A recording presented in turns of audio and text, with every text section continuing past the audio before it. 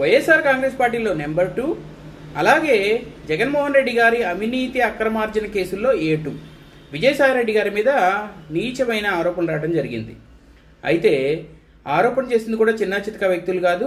అలాగే ఆరోపణ వచ్చింది కూడా విజయసాయిరెడ్డి వల్ల తన భార్య గర్భం దాల్చిందని ఒక ప్రభుత్వ అధికారి భర్త కంప్లైంట్ చేయడం జరిగింది. అయితే ఇక్కడ ఒక చిన్న ట్విస్ట్ ఏంటంటే అతను 2 పేర్లు చెప్పాడు. విజయసాయిరెడ్డితో పాటు ఇంకో పేరు కూడా చెప్పాడు. మరి దానికి లాజిక్ ఏంటి అన్నది ఒక విధంగా ఆలోచించాల్సిన విషయమే. కానీ కొన్ని కమ్యూనికేషన్స్ చూస్తుంటే విజయసాయిరెడ్డికి ఆవిడికి మధ్య కమ్యూనికేషన్ బాగానే ఉన్నట్టుగా ఉంది. అలాగే విజయసాయిరెడ్డిని ఉత్తరాంధ్ర బాధ్యతల నుంచి తప్పించడానికి ఉన్న కారణాల్లో ఇది కూడా ఒకటి కింద కొంతమంది చెప్తున్నారు. అయితే నిజాలు వెలుగులోకి వచ్చిన తర్వాత కానీ మనం పూర్తిగా ఏమీ చెప్పలేము. కానీ ఇది డెఫినెట్గా వైఎస్ఆర్ కాంగ్రెస్ పార్టీకి మాత్రం చావు దెబ్బ.